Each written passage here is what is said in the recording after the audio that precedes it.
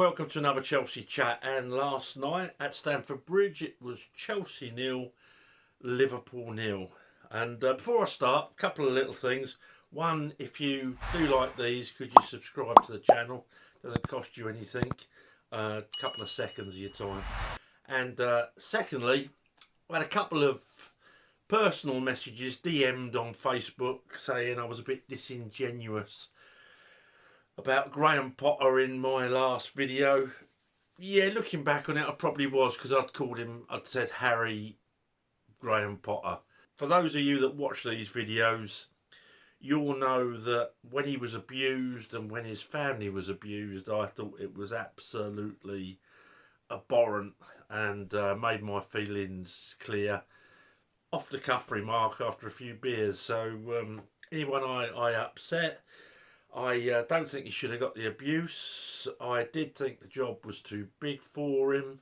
I wasn't advocating he was sacked, but I wasn't advocating that he'd be able to turn things round either. I just support the club. I support whatever managers in situ, within reason. Via Boas, I was a bit like that.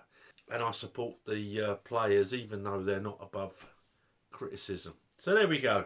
Let's move on. Apologies for anyone offended for anything I said about Graham Potter. He seems a really decent bloke, and I'm sure this will be a good learning experience for him on his journey to being a top level coach. And great for the bank account too, isn't it? I wish I got 13 million for being sacked. I'd be be almost a billionaire by now, I think. Right, so last night we had Kepa in goal. We had Reece James I'm glad to say, back at right wing back. In the middle we had Wesley Fofana back. I thought he was still injured, so nice to see him back. In the middle we had Koulibaly, and left side we had Cucurella at centre half and Chilwell at left wing back. In the middle we had Enzo, Kovacic and Kante. Wasn't it great to see him back, even if it was just for 70 minutes? I thought he was immense again last night on his first game back. Not many players could do that. So we compacted basically the midfield, and in front of them we had Felix with Havertz up top, allegedly. So yeah, we huffed and puffed. They huffed and puffed. Two sides that aren't in top form. I thought we deserved to win the game. We definitely had the better chances, apart from that Nunes header that he should have done better. How did Fabinho stay on that pitch? Right in, I think it was the second minute. He was right in on Felix. That was a booking all day, every day and twice on Sunday. I think that Fabinho must have pictures of Anthony Taylor coming out of... Anthony Taylor in an orgy room in a fetish club. That's not a picture I want in my mind. I've just mentally scarred myself. But I wouldn't totally dismiss the possibility of it. He must have. That's the only reason he could have stayed on that pitch. He should have been off two or three times. And that Jordan Henderson. You know when I think that I can hate a player because of his, into the ref all the time. Do you know when I think I've reached my maximum level of hatred for a player? I then watched Jordan Henderson play again, and I realised there's still a few more gears to go. Anyway, I digress. I digress. So yeah, last night, same old story. It really is embarrassing how these professional footballers on hundreds of thousands of pounds a week in some cases can miss from where they miss from so consistently. You'd think they were practicing that in training, wouldn't you? You'd think they were practicing it in training. What they do need to do is just forget the rest of it. We can compact the midfield, which I thought was good by Bruno last night, by the way, because of the way Liverpool play. All right, the defender's always got a mistake in it when Silver's not in there, and when Badia Shield's not in there. But we'll work on that. We'll just work on the front. Forget all the rest of it. Forget that. Forget everything. Just there's a goal. Just hit it. Start off like you do with kids. Don't have a goalkeeper in there. Don't have a goalkeeper in there, and build it up. Because we are embarrassing. Last night, Felix. I mean, Felix looks lovely. He done a load of great stuff last night. Some of it was Hazard-esque. Until we get... I mean, there was one there. He should have took a shot with his left foot. But no, he had to turn back onto his right. And it was blocked. Kovacic, how can you not just lift it? You know he's going to be diving across. How can you not just lift it over him? And if it was once or twice, you could understand it. But it's every time. Every time. No matter who the player is, they seem to be able to miss from anywhere. And Kai Havertz, and I'm not going to get on the lad's back because I thought against Aston Villa, he was pony. Absolutely pony. Lacked effort, lacked everything. Last night, the boy put a real shift in. But I'll tell you what I thought with Havertz last night. The ball went out to Reece James. I don't know if you remember it. Who swung a beautiful ball in. And just as his foot made contact with that ball, you had Felix run into, I think it was Felix, run into the near post and taking a defender with him. And then a gulf, a great expanse of space that a Drogba, a Hasselbank, even a Costa, even a Torres would have attacked that space. Havertz was back there. Where did the ball go? Into that space. He nearly got to it, but the defender got there first. And that's a difference between a number 10, which I think Hazard is, and a number 9. And yes, we need a number 9. And I think, you got Fofana there, young lad, I know, but I'm pretty sure I've watched loads and loads of footage of him that he would be attacking spaces like that. Now, whether he scores once he gets the ball, I don't know. But it would be nice to have a player that can get into those positions to be able to score and actually finish. But yeah, last night again, only reason that's 0-0 is because we couldn't hit a barn door with a shovel. It's or a tractor. But it was shocking, the finishing last night.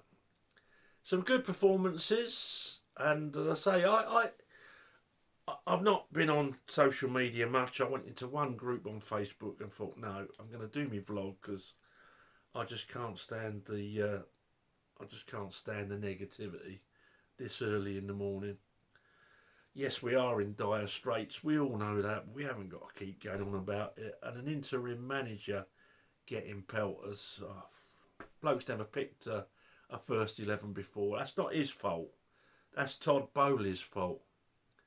He's just sacked a manager without having another one in place. Billy Reid, who apparently was asked to pick the team last night, said, no, I'm going with Graham. Which you'd expect a good number 2 to probably do. I can't see the point of slagging the bloke. So let's go through the team. Kepa last night made a couple of good saves. One to his left. Pretty decent last night. Distribution was pretty good, apart from two balls played out. That one ended in the stand and one was short, but pretty decent last night. Reece James, he seems to have been curtailed a bit. He seems to have had his wings clipped a little bit because of his defensive duties, but puts 2 or 3 great balls in. And defensively, I thought he was sound last night. Really sound. Got back, made a couple of good blocks, and good all-round game. Nice to see him developing as a defender as well as just, as well as an attacking wing back. Fofana last night, I thought he was good. One loose ball, but yeah, good. Nice to see him back. Koulibaly last night, we grew into the game, but I thought that first 20-25 minutes, he was giving the ball away, he was trying 60-yard passes that weren't working, he was getting caught out of position, and fortunately he grew into the game. But if you see Koulibaly at Napoli, go onto YouTube, watch some of the footage. That's just not him. Cucurella getting picked above Badiashile at centre half, which doesn't bode well for Real Madrid, because the only reason I could think you would do that is because Badiashile can't play in the Champions League and Cucurella can. Now, Cucurella, during March, he had some really good games. Now, last night, he didn't have a bad game. And please disagree with me. Please put me right if you think I'm wrong, because that's why I do these at the end of the day, to get us all talking. He did a lot of good stuff and a lot of bad stuff. Some of the bad stuff, he gets caught badly out of position. Some of the bad stuff is where he's got a forward ball, which, don't get me wrong, he's playing more forward balls than he did earlier on in the season, but still got that tendency to a player's through, makes a run. There's once with Mudryk last night. Mudryk run, Cucurella played it back, gave it away a few times in dangerous positions, but with the run around like a headless chicken technique, several times he managed to win it back. I am so unconvinced by Cucurella as a left-sided centre half. It's not true. But I'm not going to go on at the bloke, because compared to what he was earlier on in the season, he's like Franz Beckenbauer. So, yeah. Chilwell, good game last night. Again, I think he's had his wings clipped a little bit because of team orders. But yeah, should have scored. Could have throttled him. But it is what it is. Enzo last night, sound, solid game. I think his confidence has probably been affected by playing with some of the players around him. Just got back from Argentina, World Cup, and then you're stuck with, I don't know. You know, Kovacic, you played a ball to him in front of goal, which Enzo did once last night.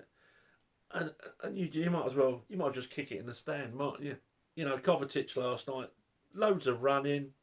Again, we seem to have people that they put in the effort in, loads of running, but just not decision making at the end is rubbish. It's like Mason Mount's problem this season, really, has been his decision making. But he's not been playing, and some of them players are doing exactly the same as Mason Mount, but obviously because they're not English, they're not getting the stick that he does. But it's just like watching Mason Mount or anyone this season. The decision making is largely shocking. Players making runs and not getting the ball. Kovacic I've covered, loads of running, not his best game. He put a shift in. Kante was back. Kante, as I'll explain later, is my man and a match. I just thought he was everywhere. It was lovely to see the little fella back. We've got to try and get him signed on a contract. I don't care if he's 32 or whatever he is. If he's fit and we can get him for another 2-3 years, then get him. We look stronger. We do win more ball back, and once we've got a centre forward and we sort out our finishing problem and our final ball problems, you know, he's going to be such an asset. Felix last night, I'm going to say something controversial here, and you might not agree with it, and let me know. But I don't think he's worth 100 million quid. I love seeing some of the beautiful footwork. There was one bit there last night where he just turned the bloke inside out. Did he let fly though? Yeah, when it was too late. Did he let fly when he had the chance, first of all? No, he didn't. And I've already gone through the one where it was on his left foot he could have shot. And no, it has to go back on the right. Give him time to recover, why don't you? So, yeah, I wouldn't be paying anywhere near that for him, I've got to be honest. Lovely footballer, beautiful footballer, but no, not at that price. Havertz. Oh dear, Havertz. Kai, you put a shift in last night. You did put a shift in. I can't fault you for your effort last night, but you can't finish. I love the way he celebrated when the ball hit clearly his arm. Got VAR, Kai. Why are you celebrating? Just say, oh, you know, he looked like a Harlem Globetrotter with that goal. I don't know what's wrong with him. He's clearly a 10, but even a 10, I'm saying, oh no, well he's not a centre forward, is he? He's not a centre forward, you know. No, he's a professional footballer. He's a professional footballer from 5 yards out, or even 10 yards out. You should be able to score. You should be able to put your head over the ball so that your foot goes downwards and put your laces through a ball. Don't matter if you're a 9, a 10, or if you're a goalkeeper. You should be able to do that, shouldn't you? Basics. I keep making excuses. Oh, well, he's not a 9. Oh, we haven't got a centre forward. City won the league without a centre forward. But they had players that could score goals. They had players that could hit a target. They had players who didn't lose it, didn't have some sort of breakdown when they were in front of goal. I don't know if Tino Werner had some sort of disease and it was catching, but that's what it looks like to me. So, yes, we should have won. We had the better chances. Fabinho should have walked, but it is what it is. We are there, 1 point better off, and 11th in the English Premier League. I thought the manager did okay last night. Yes, he could have been more aggressive. He could have been more offensive, but I would have probably done the same in this situation. He just didn't want to lose the game, did he? It was more important for him not to lose the game than to win it. One thing about the crowd last night, I watched the Chelsea fifth stand before the game when they're talking, the pre-match show on YouTube, and looking around the crowd, there were so many people sat there with half and half scarves, Chelsea and Liverpool, and Japanese families without any scarf on at all. As the camera panned down, it was so obvious that there's so many people in that ground who aren't actually Chelsea supporters, but are tourists or prawn sandwich business invites. It's no wonder, you know, and you try and get a ticket. I don't think I'll even bother with a membership next year. Try and get a ticket is like, you know, winning a gold bar at the Willy Wonka chocolate factory. So I'll probably just be buying off touts next year. They'll get their multiple memberships, which they must be doing. Get their tickets. I'll just cut out the middleman when I go, because as you know, when you go to about probably, I don't know, when I'm fit, probably 10 games at most. So the touts, I'm in your black economy next year. I've digressed again, and I don't know. Right, let's just score these players, and I'll finish this review. Right, Kepa, he gets a 7. James last night gets a 7. I think he's had his wings clipped a bit, but he gets a 7.5. Some of that defending was top notch. Wesley Fofana gets a 7. Koulibaly gets a 5.5. He grew into the game, but the first 20-25 minutes, oh, he had me biting my nails, I'll be honest. Cucurella gets a 5.5. Put his effort in, run around like a headless chicken there. Chilwell last night gets a 7. In front of them, Enzo gets a 7. Feel a bit sorry for him.